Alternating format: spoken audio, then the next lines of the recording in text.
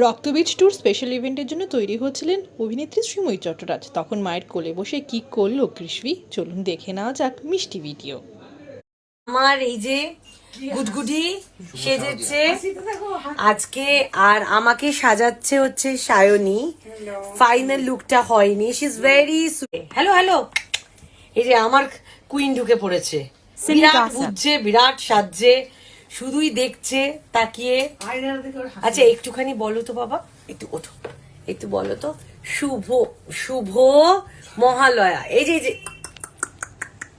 আচ্ছা এদিকে এদিকে এদিকে, ওর সায়নীকে খুব পছন্দ হয়েছে। ও শুধু বলছে আই আই আই। একটু টাটা করে দাও তো, টা টা টা।